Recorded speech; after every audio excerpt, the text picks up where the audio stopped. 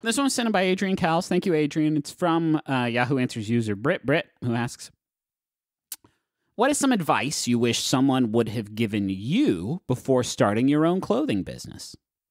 Oh, don't open that chest. It's cursed. I don't know how common.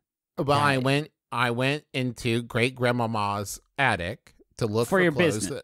to look for clothes that I could sell. It was a consignment business. And so I you found were robbing your just to start from the beginning. Oh no, she's super dead. Okay. She's real dead. Just know I'd been in the house for a while, and I was like, I know great grandmama has some old clothes up there that I could sell for consignment. Yeah. And so I went up there looking for clothes, and I found that old sailor's trunk. And I said, there's probably some cool old sailor clothes in there. And I opened it up. And first, let me say, there were some cool old sailor clothes in there, but also a scary sailor ghost. And so I had to contend with that for a while. And eventually, the only way I could get him to leave me alone is I had to make him a silent partner in the business. And now he gets 50% of every T-shirt I sell. 50%. And that's really draining my profits, frankly. And my overhead is over my head, if you know what I mean. Did you think about putting him back in the trunk and dropping the trunk into the deepest darkest waters of the ocean? No? I tried, but it showed right back up in my living room. And then I burned it, and it was right back there. And I gave it to a friend, and it was right back there. And the only way I could get him to go away is the 50-50 partnership. Right.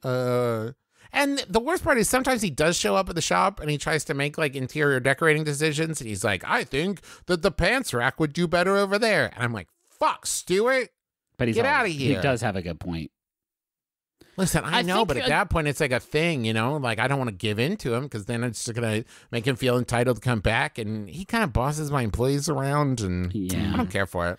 I think that I wish somebody would have stopped me before I cut holes in the back of all the pants to make little holes that people could poop through so they don't have to pull their pants down in the toilet.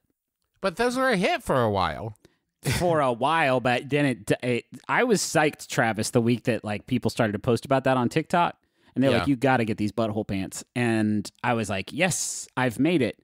But then the following week, nobody came in. And I realized I was just sort of like a novelty to them. Like, well, the what pants do you I think changed? The pants, well, it was I guess they thought it was a joke.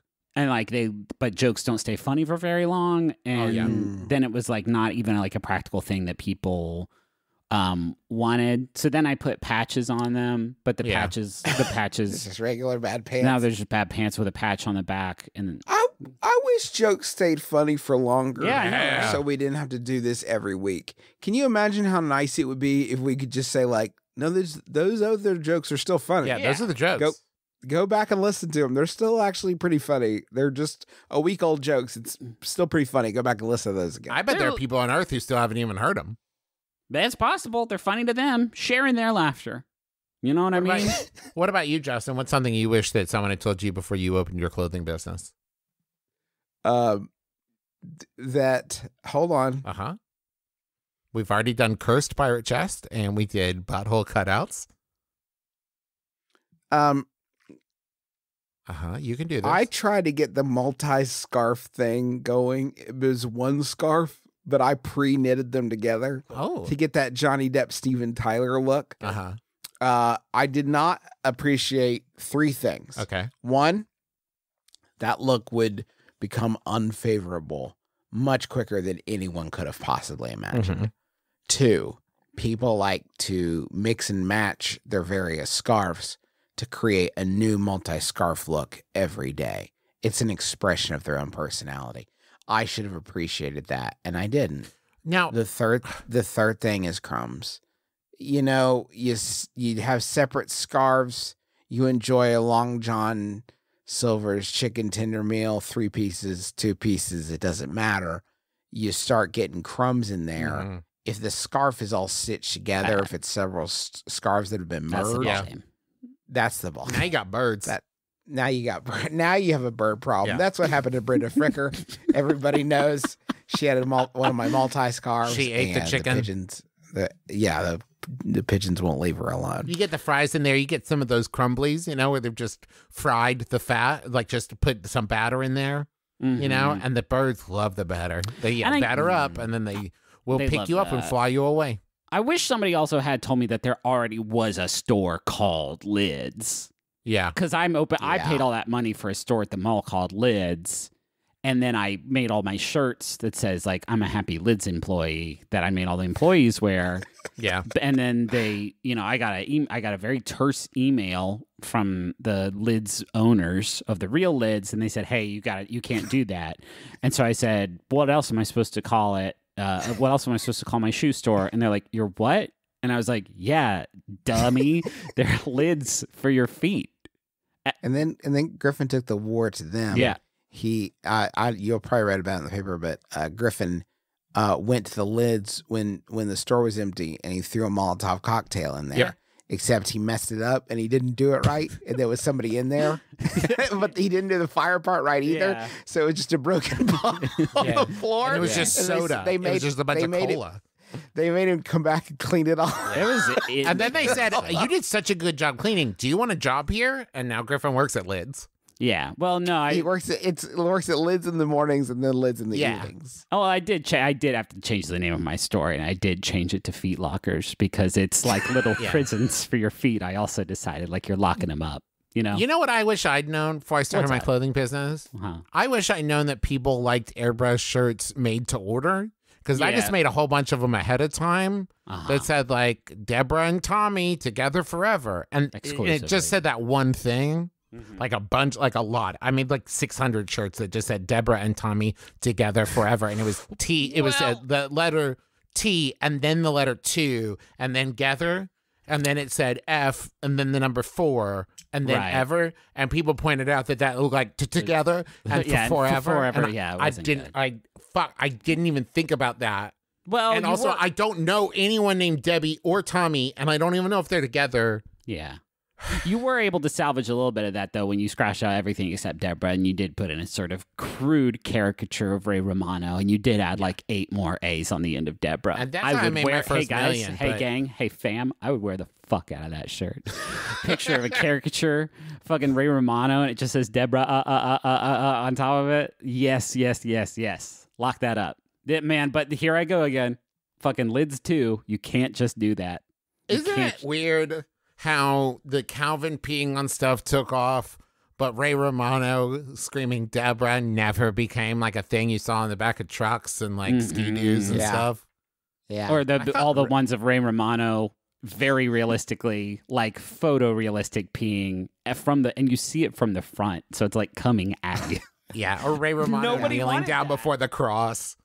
Ray Romano peeing on Peter Boyle. I wish that I had... Ray Romano kneeling at his wife's grave just saying Deborah, but in a sad way. Yeah. Deborah, period. Lower Deborah. I wish... Or what about the ones where there's like a bunch of E's instead of a bunch of A's, so he's just saying Deborah. Deeb. I wish before I made my unlicensed Pickle Rick Hot Pants that I had Googled what that character looked like. Yeah.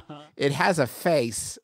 That's number one that I should have accounted for. Because right now I have a lot of shorts with pickles with hands and feet and no face. Yeah. And I can't convince people that they're this Pickle Rick they're wild And about. also, Justin, you did kind of lay the letters out in the back so that a lot of them went into the butt crack. So when people wear it, it just looks like it says Pickik.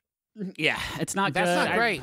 I really wish somebody would have told me to check the kerning when I did establish Griffin's tank tops so that it didn't look like I was trying to sell Griffin stank tops, because those went over like a real lead balloon. I just wish people had told me how litigious Ray Romano was before I did all this branded content. Yeah. It's really important to him that people thinks his penis and wiener looks a certain way, and they don't like it when you make a sticker of him. He also said he wanted to decide when Deborah died and how. Yeah. That was really important to him for the character. It's like he had a whole... If they ever get to make another season of Everybody Loves Raymond, most of it is going to be about how Deborah dies and how the character of Ray reacts to it. Yeah. And let me tell you, he let me in on it. It's gruesome. Yeah, I mean, that's sort of Damocles has been swinging over Patricia Heaton's head for some time now. And it's probably why she turned out the way she did. Well, Ray told me that he was kind of envisioning a spin-off series in which Ray became a mentalist-like crime solver, and there needed to be something that fueled him into that. And it did involve Deborah's gruesome. What if instead the series he had been the lead suspect and he had to find the person that did it, and it was called Everybody Hunts Raymond. It's just all the different government agencies working together to bring down Raymond. Or You're a police officer. Tell us where your brother is.